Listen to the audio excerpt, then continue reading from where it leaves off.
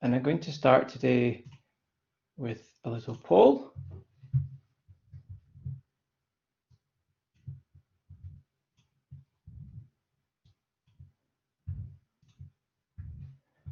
Seconds. It doesn't allow me to set up a poll in advance. This is why I look slow when I'm doing this.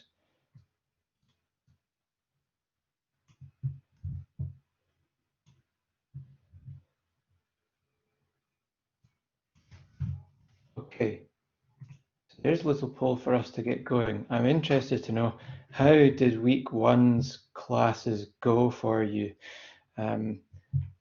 Leaving it slightly open to interpretation for you, but generally I'm just interested to see how you got on last week and how we are feeling at the start of week two. So if you could respond to that, I'd be grateful. There's about 12 or so of you who haven't yet responded. So far things are looking okay. Just a few more of you to respond if you didn't mind responding.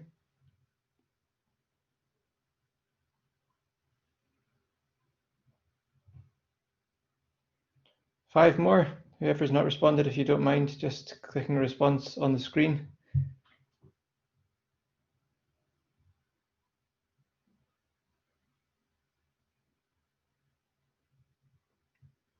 Okay, well, not everybody managing to respond, but there's 5 of you still to go. But that gives us enough to show. So there are the results of how everybody's feeling.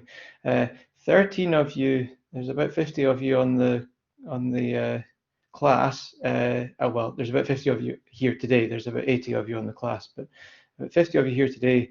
13 of you had going great. Well, that's good to hear. Across all your classes, pretty good, most of you, which is excellent. A few of you not great, and nobody has had a disaster. So that's slightly relieving that nobody's had a disaster. 4 of you saying that it didn't go particularly well.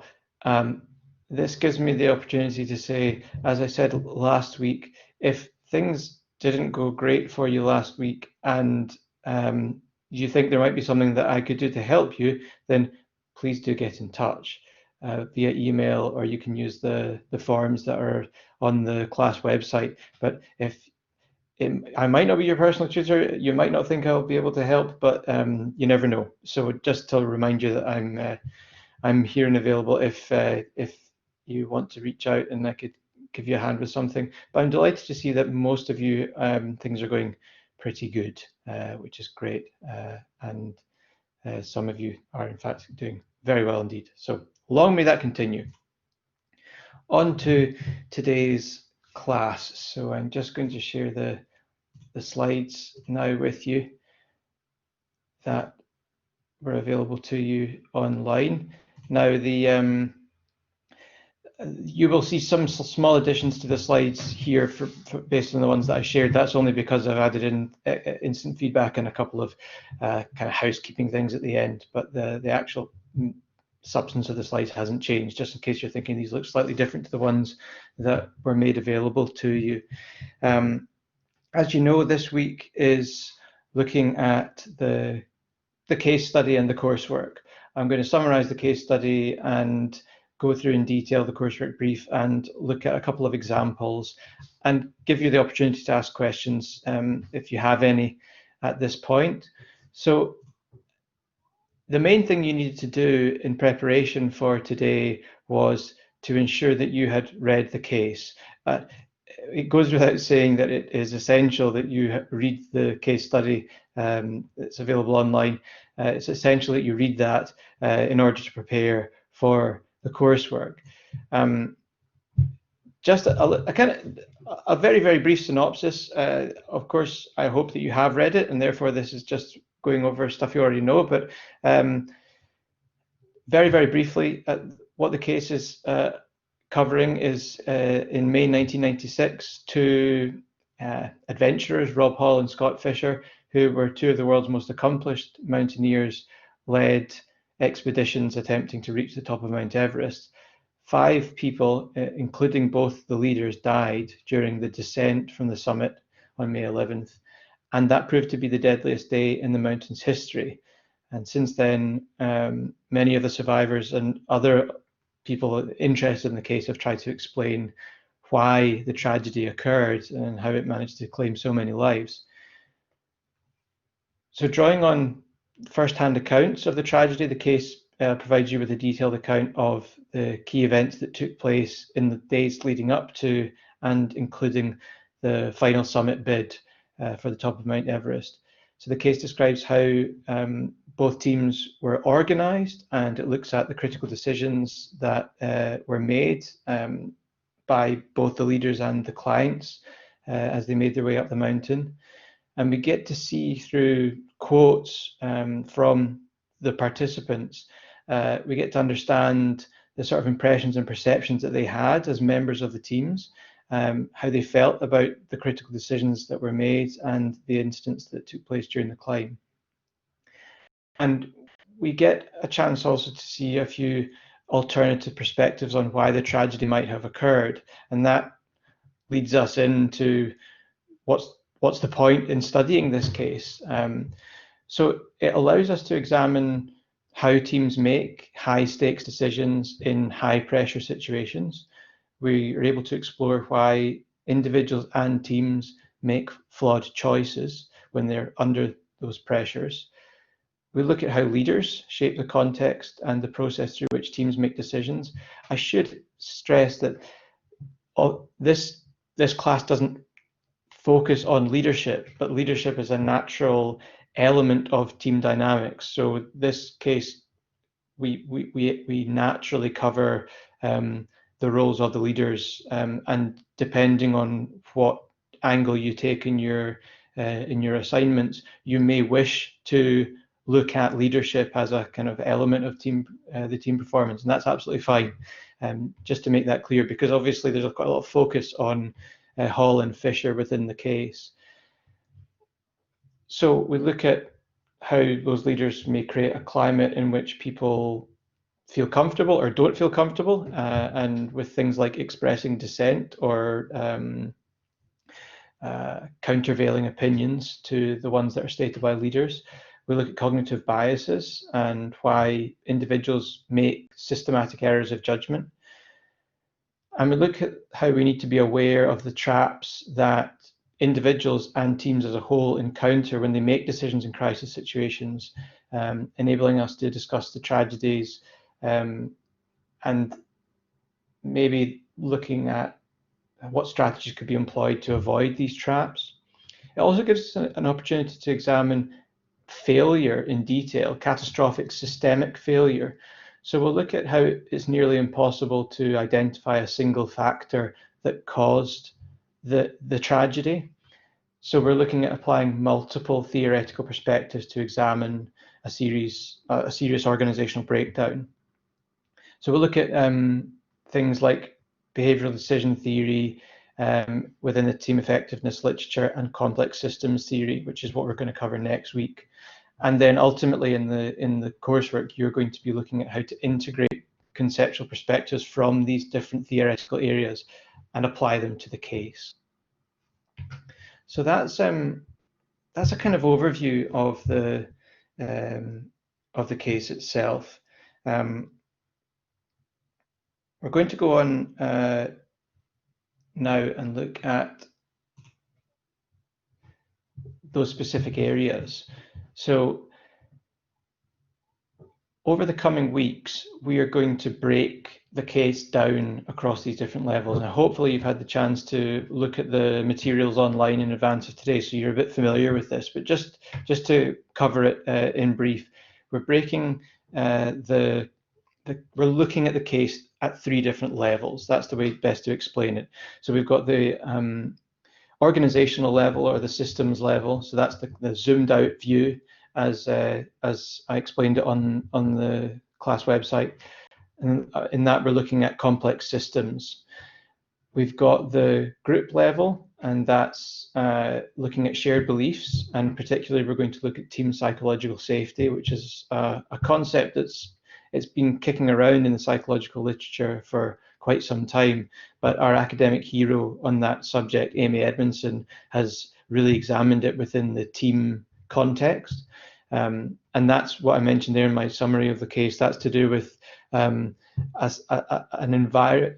team psychological safety is an environment where people feel comfortable expressing dissent and taking interpersonal risks, which was something that was arguably lacking in the teams on Everest. And then also at the individual level, so cognitive limitations that we always experience as humans in whatever situation we encounter, but particularly high pressure situations, we're able to see how cognitive biases create issues for us.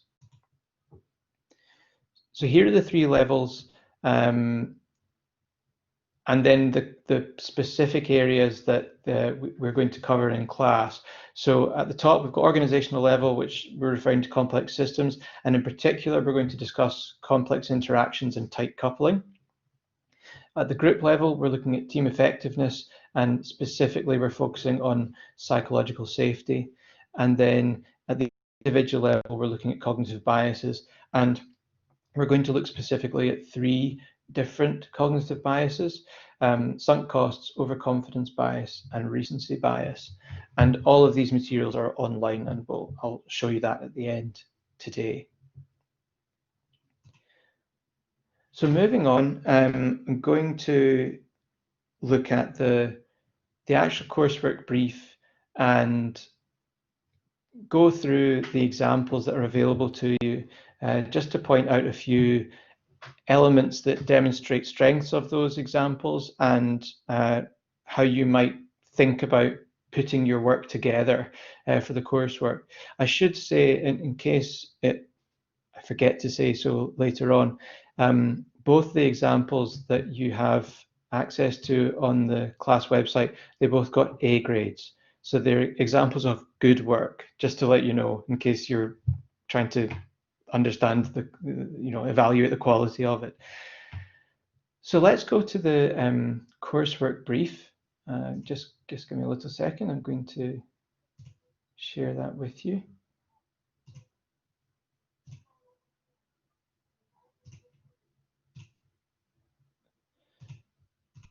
So you should be seeing coursework brief now.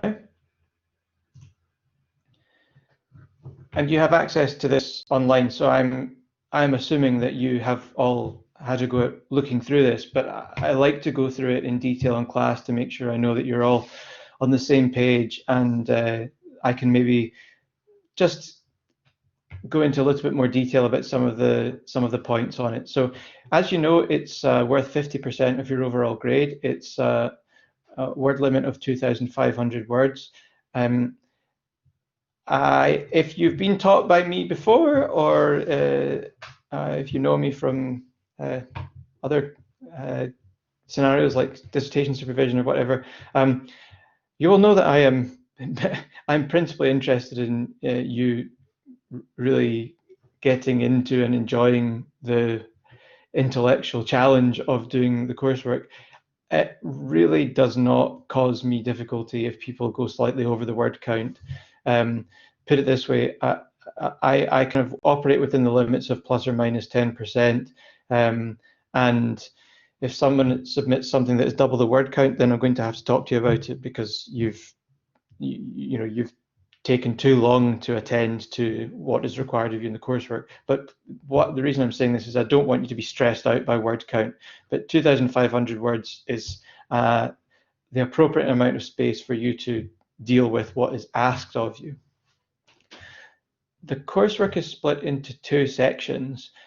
Section 1 is worth 60% of the overall marks, and Section 2 is worth 25%. The remaining marks are awarded for style and writing style, referencing, all those technical aspects. Section 1 is essentially two mini literature reviews. Okay, so what you see here, the kind of introductory blurb says, take two team levels discussed in class relating to the tragedy on Mount Everest in 1996. Example, individual level and systems level. Basically, what I'm asking you, therefore, is you need to take the material from 2 of the 3 weeks that are coming next in the course, So you're taking two levels that we are looking at the tragedy from, and using critical discussion, present the two areas. Now, that's all that I'm asking for, is critical discussion of those two areas. So each one taken individually and the literature on each one individually presented and discussed. It says next, consider the different research that has been done on them and identify areas of agreement, disagreement, ambiguity, or contradiction.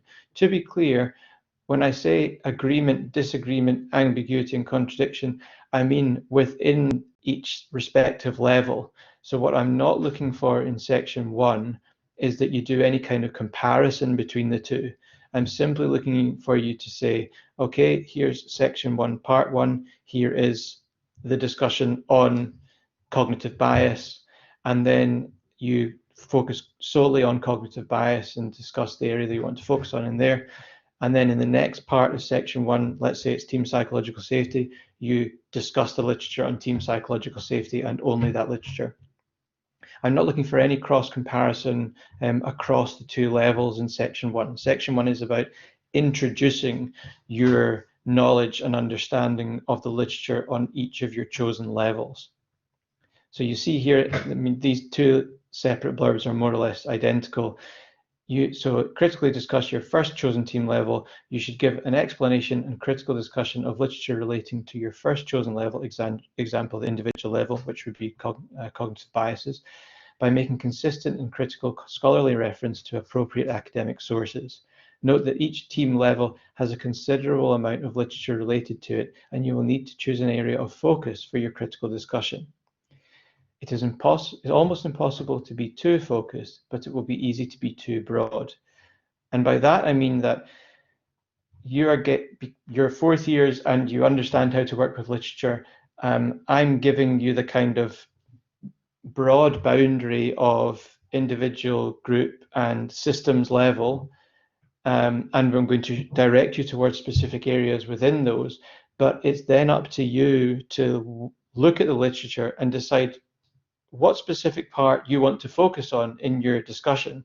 I'm not expecting you to give a full and exhaustive account on the literature of the literature on, for example, team psychological safety in what will be a short amount of words, a small amount of words, sorry.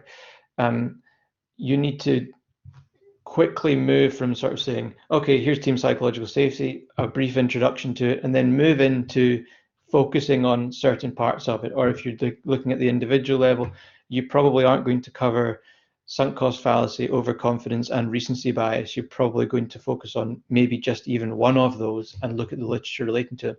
It's your decision. And as I say, you can't really be too focused, but you can definitely be too broad. So I encourage you to, burrow down deep into the literature and find an area that is of interest to you and that you want to discuss. And I'll come back to that point when we look at section 2 as well. So you do that for each of your two chosen theories. So essentially two mini literature reviews in section 1. Then section 2 is worth 25%. This is where what you are going to do, as I talked about in my kind of synopsis of the case, the whole idea of this assignment of this first half of the class is about looking at a specific case through the lens of different theories and then thinking about how those theories overlap to help you make better sense of what happened in real life. So section 2 is about taking the two discussions, the two separate discussions that you've put together in section 1, and showing how you think they overlap theoretically, and then using that overlap to explain part of what happened to these people in the case on the Mount Everest case study. So as you will see in the frequently asked questions section that you have access to online, I'm not asking you to explain entirely the disaster, why it happened, and all possible causes. I'm looking for you to take the parts that you've decided to discuss, show how they overlap as two theoretical areas, and then use that overlap to explain the parts of the case that are relevant to it. So section 2, explain how, when taken together, these two team levels help us better understand why the tragedy occurred on Mount Everest. You should explain how the two areas of discussion could be integrated to form a greater understanding of what happened during the disaster on Mount Everest, i.e., your discussions should make it clear that you could not understand the Everest disaster by applying just one area alone. Find points of intersection of the two parts in section 1. You will refer back to literature from section 1 here, that is expected, but you should be discussing the way in which these areas may overlap conceptually so as to use them to build a framework for understanding the disaster on Mount Everest. In this section, you will need to make reference to the case to give examples of where the intersection of your chosen areas of theory are observable in the story. So, because I would assume most of you haven't started your coursework yet, some of that will sound slightly, perhaps daunting even at this stage. All I can say is that the next few weeks are designed to take you along the process of, first of all, getting to know the theories better and thinking about them in relation to the case. And then in the tutorials, we will actually spend one tutorial looking at how you integrate the theories, finding ways in which the theories overlap, and that should help you with doing your coursework. So don't panic if reading that at the moment you're kind of going, I'm not entirely sure what I'm meant to be doing here. You'll also see from looking at the examples how theory, the different parts of theory have been integrated. The one thing that I would say, and I will probably keep saying it, but just while it's on my mind here on section 2, the important thing that you're being asked to do here is to demonstrate how you understand the theories overlap conceptually. That means that the substance of the two areas of literature have ways in which they can be integrated.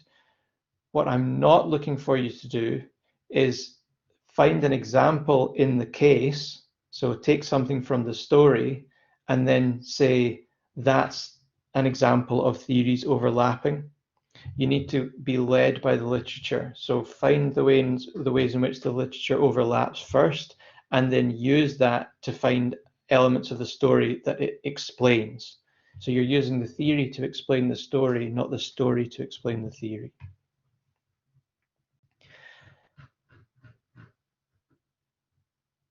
You already know submission Thursday of week 7. I'm not bothered about font and font size and spacing, as in I'm not going to be deducting marks for any of that, but just requesting that you submit in a legible font style and size. And here are the marking criteria. Pretty straightforward. Identification, discussion of conceptual area 1, identification and discussion of conceptual area 2, critical integration of the two areas, writing style, reference list, and presentation are the points that are being assessed.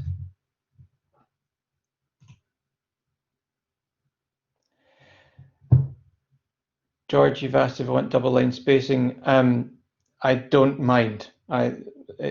Whatever suits you. It really doesn't make a difference to me. So that is the coursework brief.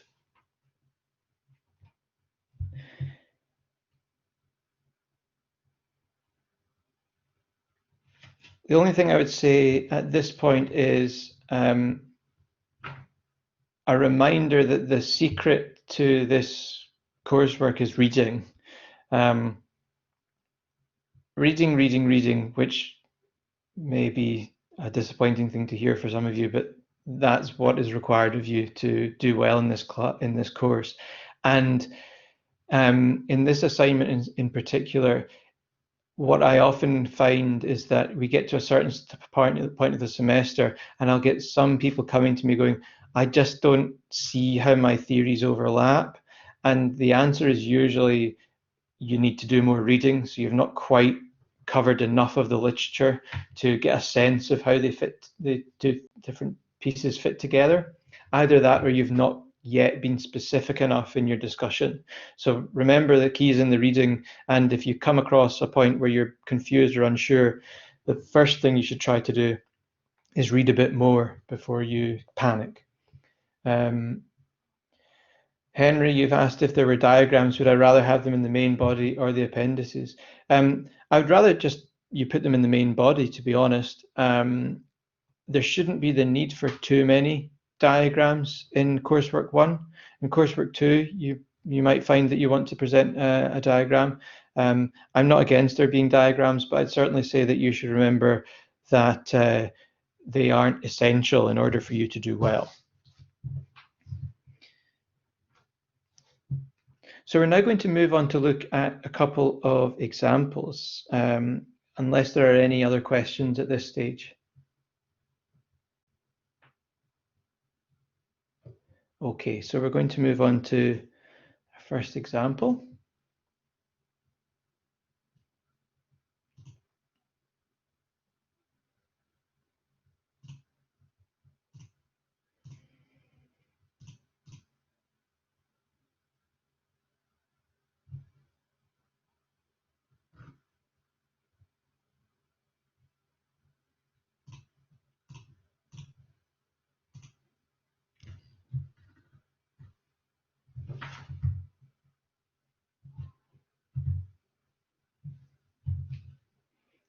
Okay, you should be seeing this okay now. So this is from last year. You see that this student has included a table of contents. It's not essential that you do that, just in case anyone thinks they'll get marked down for not having it. It's absolutely fine for it to be there. I would like you to do the obvious subheadings for the sections that have been asked of you. So you can see here that she's done section 1 and given it labels. That's quite a sensible approach. So I would like you to do that. There's a short introduction. I've not asked specifically for an introduction, so you don't need to do it if you don't want to. It can feel a bit odd not doing it sometimes, but just to let you know that you don't need to do it. You can jump straight into section 1. So this example, what is good about it is that it demonstrates good understanding of the literature on the 2 different chosen areas of theory, and it talks about how it's going to focus on specific areas. So the first chosen area, the first chosen team level is psychological safety, and there's introduction. It's a good critical introduction, lots of wide reading demonstrated, using some of the core reading on Amy Edmondson. And then it goes into focus on specific parts of team psychological safety. So it looks at leadership, it looks at team size, and it looks at learning behavior as important elements of team psychological safety.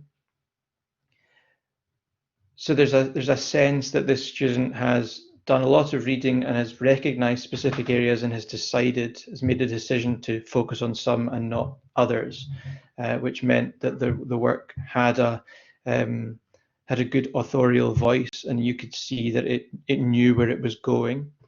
And the same was done for overconfidence bias. So there's a kind of broader introduction, which again brings lots of literature into play and shows a good broad understanding of the concept, and then moves into looking at specific areas of overconfidence. So particularly looks at familiarity and unfamiliarity as important points for consideration within overconfidence bias.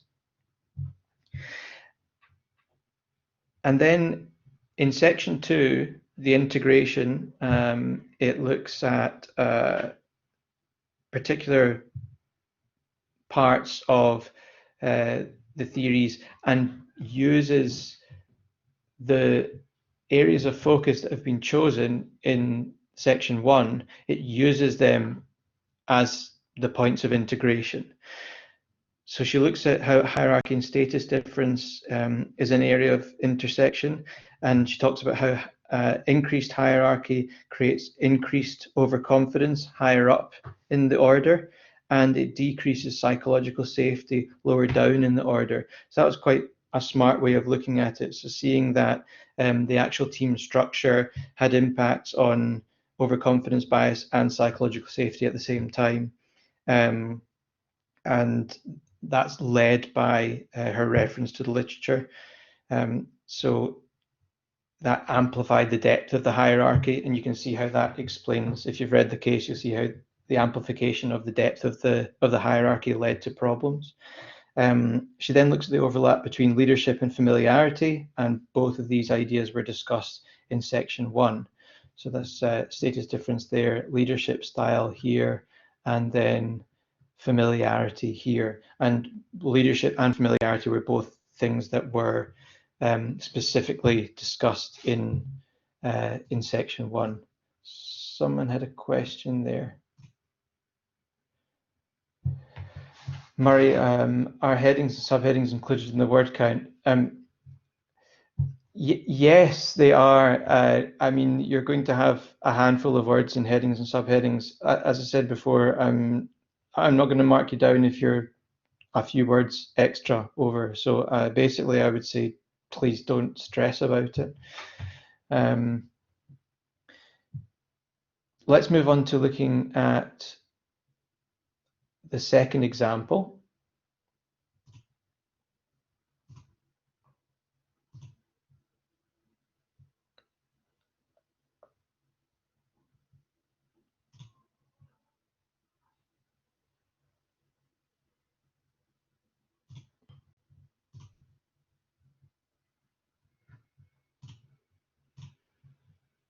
So here we are. Hopefully you can see that okay. So this is another good piece of work. As I said, it's also got an A. Also looked at individual level, looked at biases, but this also took the systems level. So part of the reason I've chosen this was this is a more unusual. What I find is that students tend to do psychological safety plus one other level. People seem to really like team psychological safety, and that there's no, just to reassure you, there's no judgment from me on that. I'm not saying that you're boring if you choose team psychological safety, but this is just to show that you could get an A by doing one of the more unusual combinations. So hardly anybody chooses this combination usually, or the systems level plus the individual level. It was done very well here. So she used consistent and wide-ranging literature, including the core reading from the that you'll find on your lecture prep pages. And that's more or less all I have to say on section 1. If you have a read through it yourself, you can see that there's good density and critical balance in the way things are presented. It's decisive and precise, so she's not wasting any words to say what she needs to say, and good broad discussion covered, as well as focusing on some specific areas. So she's chosen sunk cost fallacy to focus on in her cognitive bias section. In section 2, she also did a really good job of being literature led. So I've highlighted a bit here, just I wanted to read out to you. This is an example of what I'm looking for in really good work, which is that you start off by saying, here's the situation based on what the literature tells us, here's how it fits together, and here's how it applies to the case. So in this short paragraph, she says, latent conditions are issues within an organization like unseen faults in production or insufficient training. They will build up over time and interact with negative external circumstances and active failures to eventually cause major issues and collapse. Safety is reliant on maintenance of processes to avoid unforeseen negative consequences. When physical processes are not kept under control by individuals, accidents occur and lead to injury and even fatalities. Failure to acknowledge sunk cost at the individual level meant that the group were not able to make clear decisions at the organizational level.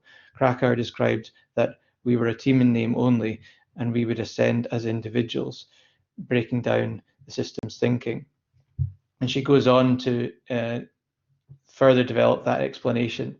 But that style of telling me what the literature says, finding how it interacts with your other area of literature, and then talking about how that manifested in the case is what I'm looking for from you in section 2.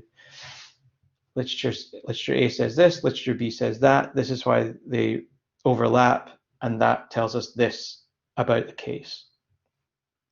So you can have a look at those examples yourselves online, but that was just my effort to point out a couple of useful and necessary bits that are why these particular examples did well. Anybody else got any questions at this point?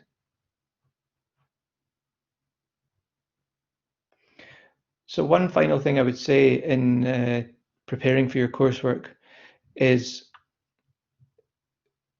the people who do well in this coursework are the people who evidently thought the whole way through to the end of their coursework and then went back to the start and made sure that the way that process evolves through sections 1 and section 2 is consistent.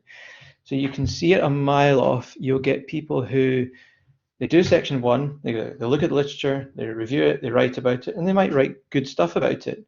They do that for both their areas of literature, and then they get on to section 2, and they seem to kind of have sudden amnesia about everything they wrote in section 1. They kind of, I don't know if they panic or they think that it will show creativity or further reading to move on to a different subject. But what they do is the integration that they do in section 2 doesn't actually refer to or use any of the discussions that they did in section 1.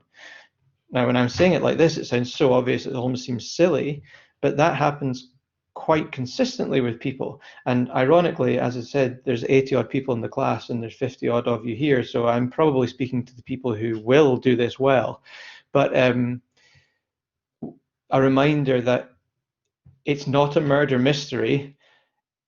I don't want a surprise in section 2. When I get to section 2, if you talked about X, Y, and Z in section 1, I want you to use X, Y, and Z in section 2 to create the areas of overlap that you've identified with the two areas of literature.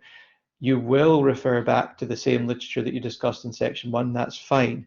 But I'm looking for you to show critical thinking on how they might actually relate to each other. But as I say, that I'm looking for that symmetry. So it's almost like I could fold your submissions down the middle across section 1 and section 2. Section 1 would introduce and present the arguments to do with literature. Section 2 would take those very points and use them as the points of integration, and then build on that to explain what happened on Mount Everest. But as I say, not a murder mystery. Don't try and have a huge plot twist between section 1 and section 2.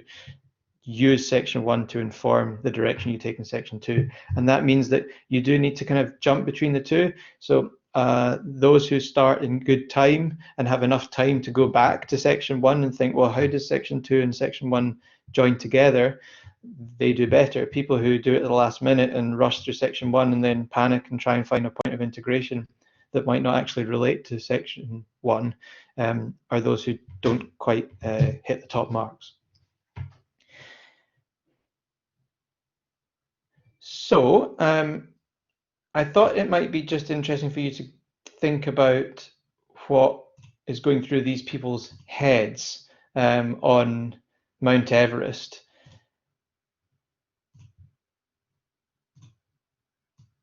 If you've had a look at the preparation stuff for today, you'll see that I had a couple of questions that I asked. And the one that I want to cover today, it's just one question, is why climb Mount Everest?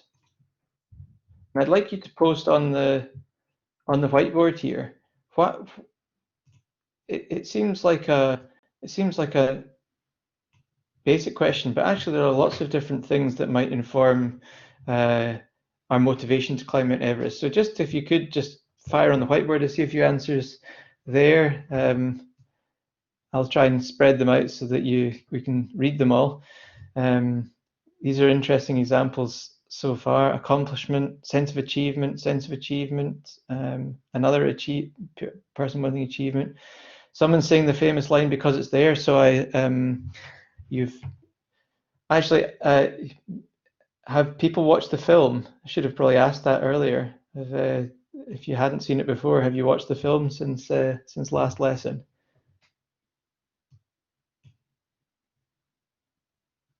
A few of you think so. Larissa has. Cool.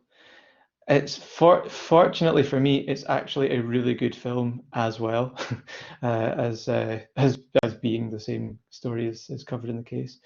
Um, so lots of answers here. Got love to be challenged with an incredibly dangerous challenge.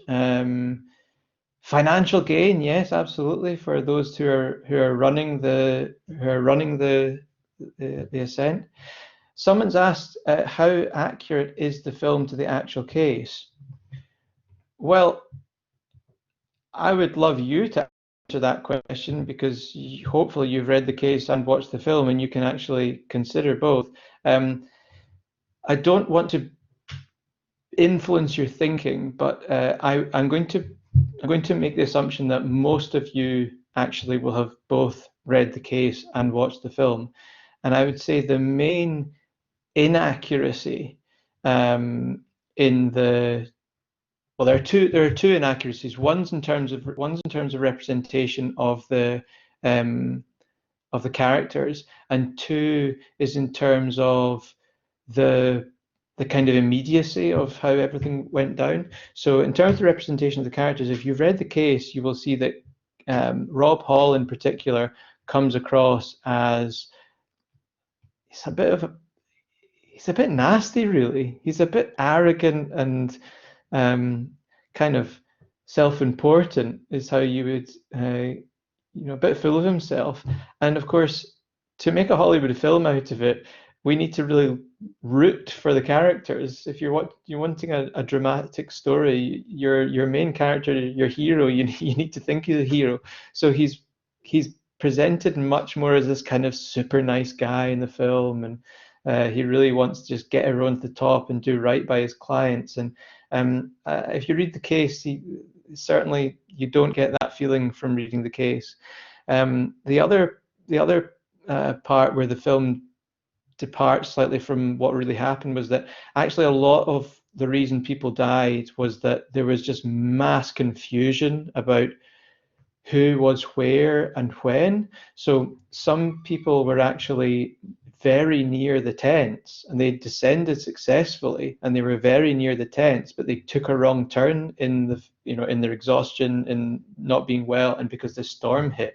And actually, several of the Japanese women and a couple of others actually died meters from the camp, but nobody knew where they were. And also there was confusion over I'm now going to forget the guy's name, but the guy that thought there was oxygen up further up the hill, thought there wasn't oxygen.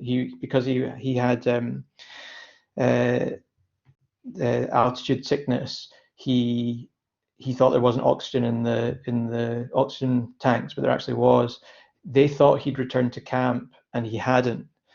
He was misidentified as having returned to camp, so they didn't realize that he was dead for quite a long time. Harris, that's his name. So there's a few changes. So certainly don't do what a couple of people did last year. I guess this was my fault slightly because we watched the film in class, but a couple of people based their discussions in section 2 on the film and not the case. And that changed the way that they discussed Rob Hall, which was a shame. But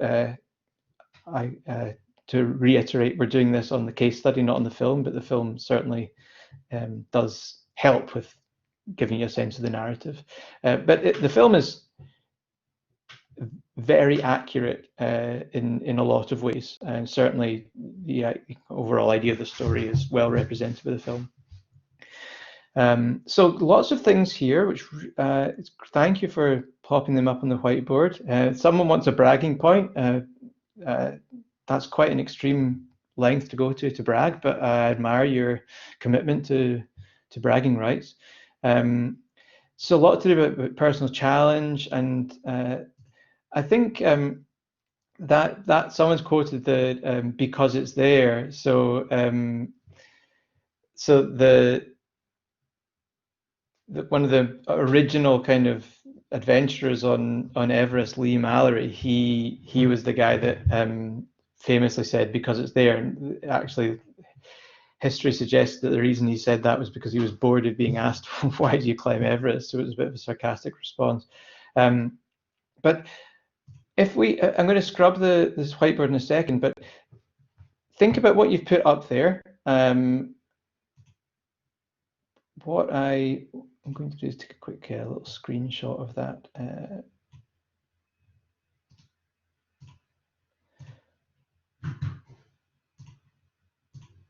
Of that whiteboard.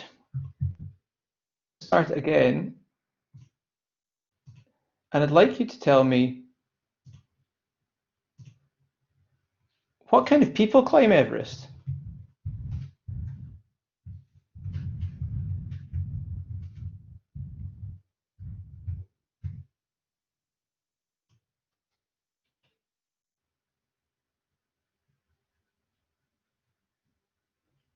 Now, what personal qualities do you think you'd need to actually do well in taking on something like climbing Everest?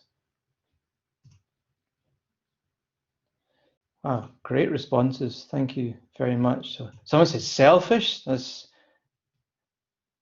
very interesting. Risk takers who can afford it, $65,000. Wow. Yeah, precisely. Absolutely. People like to encounter challenges and risks.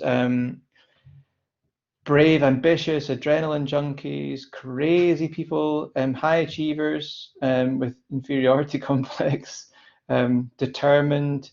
So there is if you're kind of doing a value judgment on some of those points that you've kindly put up on the whiteboard, you'd say some of them would fall into a category of, kind of positive. So perseverance, discipline, leaders, adrenaline rush is maybe kind of in the middle. Thrill seekers, motivated people, adventure seekers, ambition, egotistics negative, let's say determines positive, idiots, fine. So you see, I'm trying to kind of separate this out.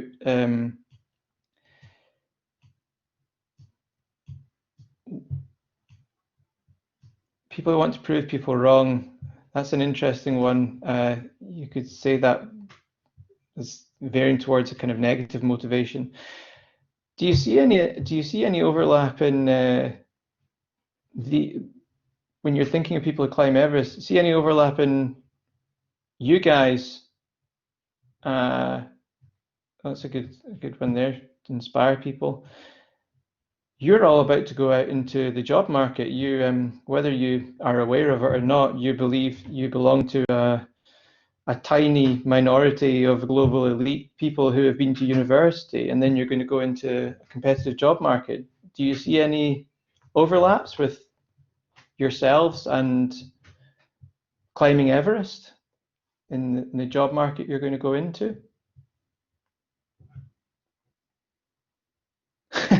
Yes, it's going to be impossible. Okay. Only 5 of you will get a job. Well, on the odds of that, that's pretty consistent with the amount of people who managed to get up Everest. There is an overlap in terms of going through a competitive process to try and achieve something, and from a team point of view, there's an interesting overlap, which is you've got all these qualities that you've all put up, and many of those qualities tend to be quite individualistic qualities. Of course, we recognize a need for teamwork, but being self-disciplined being an ambitious, resilient, determined, leading kind of person, those are all qualities that are individualistic, and they tend, doesn't mean that you're not able to coordinate as a team, but they're not the first qualities you'd look for in operating as a team. So there's this slight conflict between what kind of qualities take people to be interested in taking on Everest, and the fact that you more or less have to do it as a team. Yes, people have managed it alone, but very, very few people. So it's a task that requires a team effort, yet it attracts people who are kind of characteristically individualistic. And that can be said sometimes for very highly competitive jobs. You're trying to stand out among a highly competitive landscape, but the people who are selecting you are often selecting you for qualities that require you to fit well into a team. So there can be some paradoxes in how you go about things. But thank you for those contributions. I'm just going to take a quick screenshot of that whiteboard as well.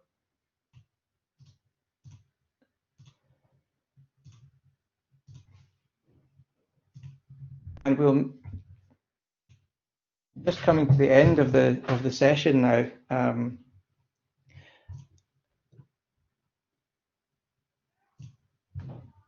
Hopefully you're feeling in a reasonably secure situation around about coursework 1, but remember there's going to be plenty of time to ask questions as we go through if after today more questions come to your mind, so don't hesitate to get in touch, and you can use the forms and things on the class site as well as just directly emailing me or asking in class. Just going to look ahead to next week now.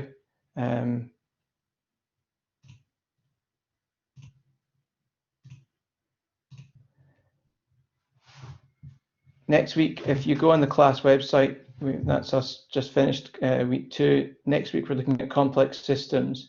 So if you go onto this page on the class site, you'll see the lecture prep. We've got our academic heroes, Charles Perrault, and the essential reading by Charles Perrault on the subject. A few things to work your way through, a short video, and there's a link to a podcast as well, which brings some of Charles Perrault's theories into play. And there's also a little extra if you want to go further, or if you're thinking about how this might apply to your coursework, then there's some more videos and more reading to look at in helping you look at this subject of complex systems. And I will share the slides that I'll be using in class next week, before class, of course. The other thing to point out to you is tutorials. So tutorials start next week, and immediately after the class today, I will be opening up the tutorials for sign up. So you need to prepare for your first tutorial, which is starting next week. And if you scroll down on the tutorials tab, you get down to this preparing for tutorials, and you get to week 3, and there's a little bit of preparation to do for next week.